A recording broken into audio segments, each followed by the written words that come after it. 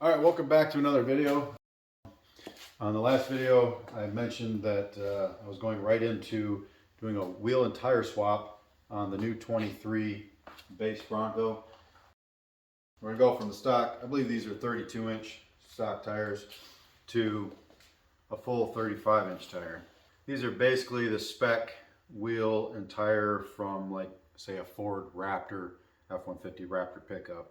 And we're gonna see if these will bolt on today. I know I'm going to have to remove my crash bars to get full articulation of the tires, so that's the first thing I'm going to start with.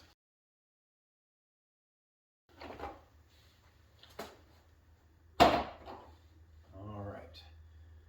It looks like it's just 3 bolts and we can pull the whole bumper. That's where I'm going to start, because right behind this plastic bumper is the front crash bar that's bolted into the frame. I'm going to pull that out, and there'll be one behind the front wheel as well. We'll get rid of both of those and stuff ourselves a nice big fat 35-inch tire in there.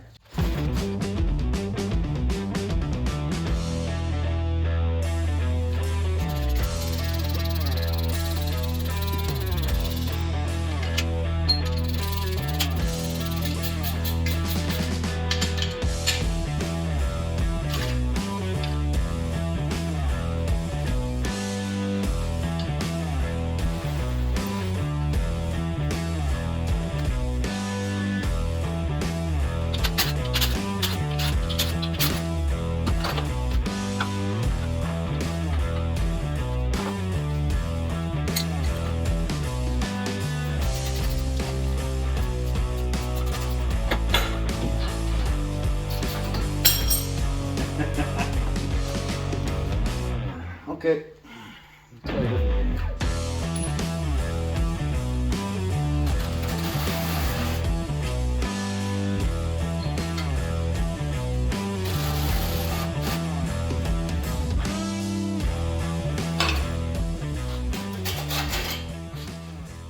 And that's our last crash bar. We won't have to do anything like this in the rear.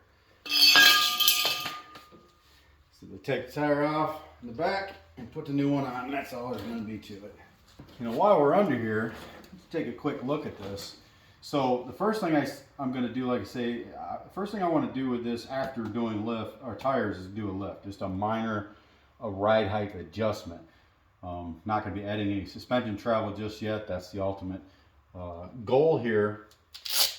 But for the near term, I will get a couple of suspension lifts and put them in here that are just going to be strut spacers.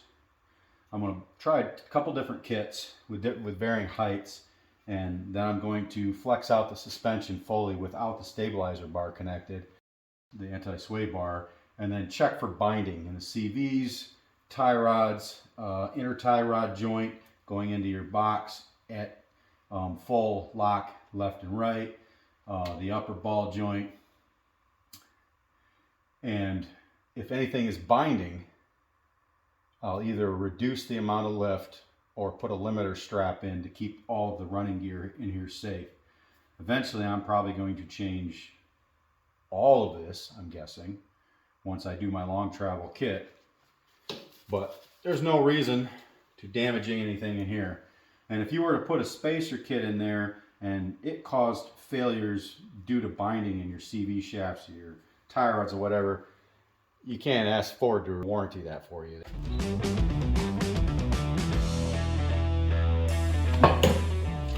When you buy a lift kit, check with the manufacturer, read the fine print. See if the manufacturer claims that your warranty won't be harmed and no damage could come to any of your drivetrain or steering components due to the use of their lift kit.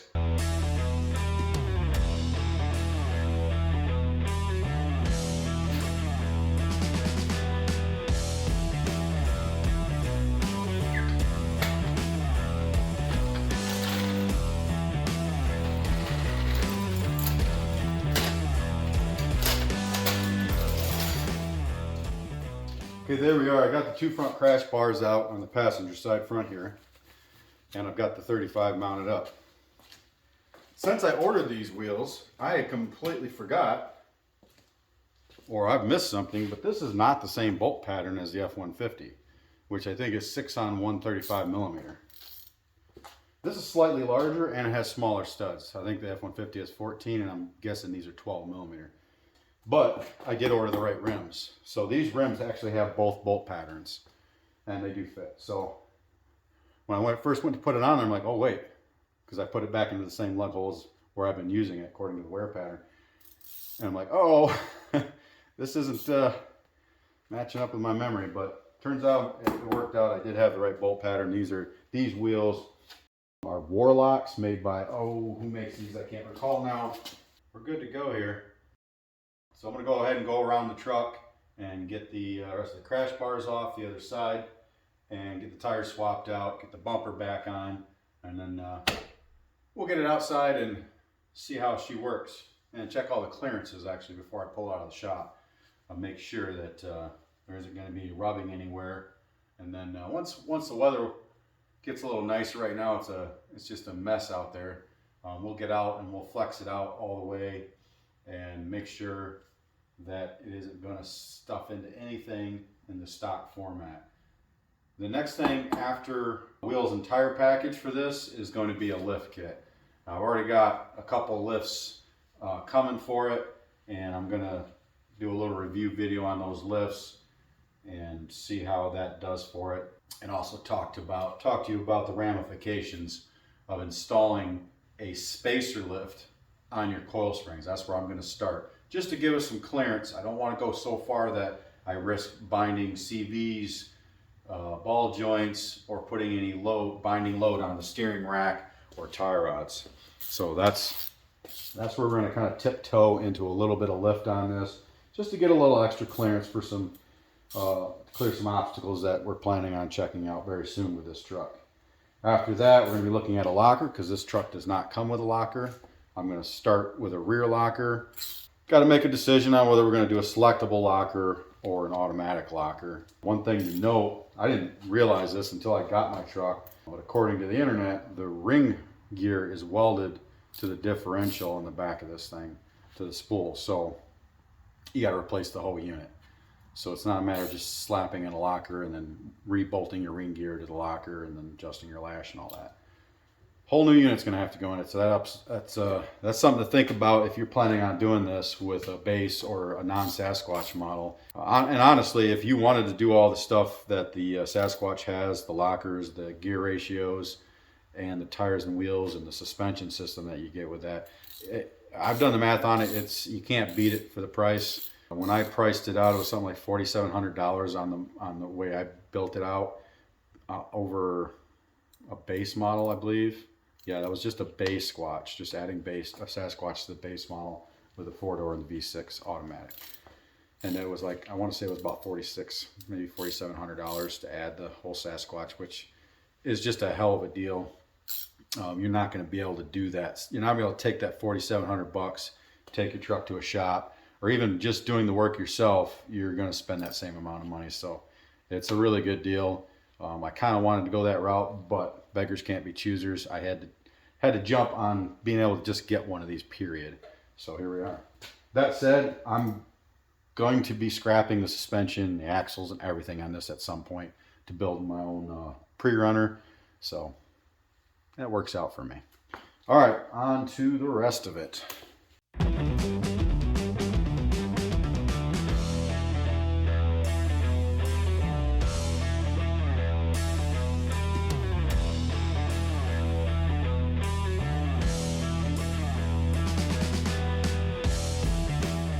All right, got all the wheels on. That went pretty well. Not much to it really. Right away, looks great.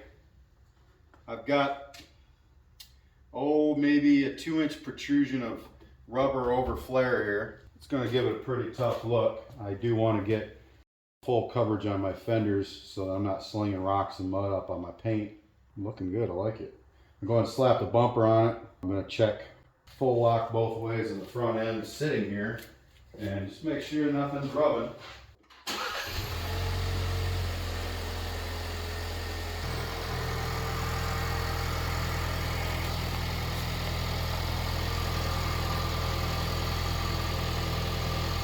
I can easily get my whole hand between the wheel and the pocket where the crash bar mounted. So that's real good clearance. I've seen like Town and Country on YouTube, they put 37s on a stock Bronco and it's still cleared.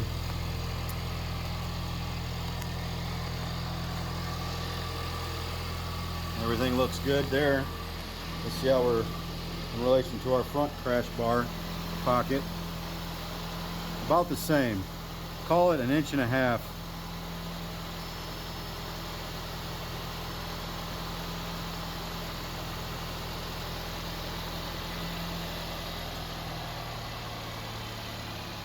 Yeah.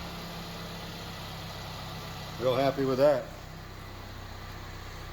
All right, let's get a bumper on there.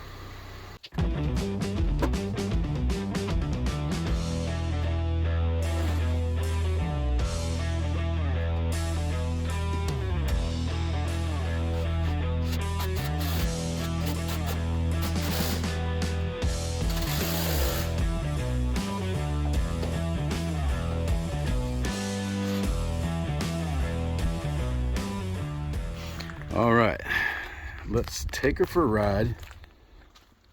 Answer the question, really, do 35s fit on a base Bronco?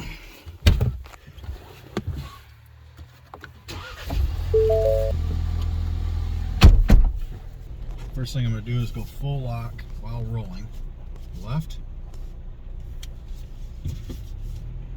Nothing. Full lock right. Nothing. Okay, so no clearance issues so far. Like I say, I'm going to do a full off-road review video with these tires and wheels once the ground is in a swamp. So what we will see is what's the power feel like with a base 4-cylinder 35s. All right, here we go. Standing stop, just in regular drive mode, normal goat mode, and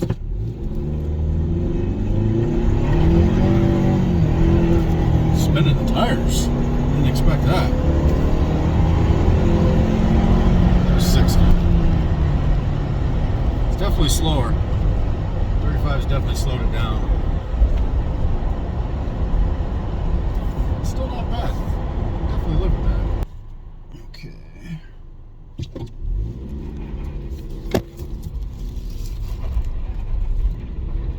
That's full lock, still turns super sharp.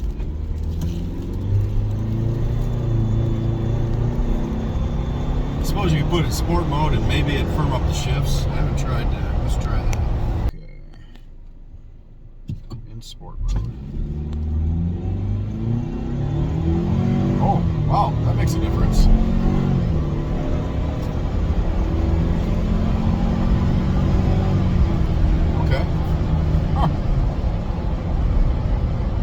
Sport mode for the win. Now let's go through some turns, see how she handles, and see if there's been any negative effects. With these wider tires and a wider stance, I would expect better cornering characteristics. This corner's wet, so I can't go really fast through here, but let's just see it. 35. Oh man, it feels locked in. A little bit of tail slide there. A little bit fast for that corner in the wet. Hey, that's pretty good. That felt flat. I'm gonna do one more highway speed run here and just make sure my ears aren't playing tricks on me, because I did not hear tires at all. The factory tires made more noise than this. That's what I thought. All right, here we go. Whoa, she's getting a little tail happy. Oh, what's going on there?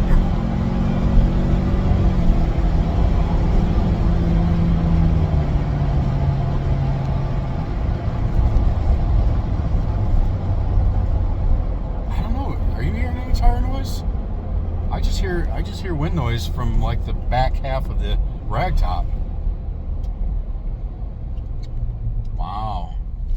So that level of sound is worse in the back, or the road noise that you're hearing, which I think is wind noise over the top, is worse in the back than it is up here. Because if I turn my head, I hear nothing out of this ear, and I hear everything back there, and it seems to be there it's coming from. Okay. 35s do fit on a base Bronco so far. Next up, in this little adventure, we will find some off-road challenges. Flex this baby out and see if anything hits. And mind you, we're going to do all this before installing the lift kit. Look who it is. Thanks for watching. Like, share, subscribe, blah, blah, blah. See ya.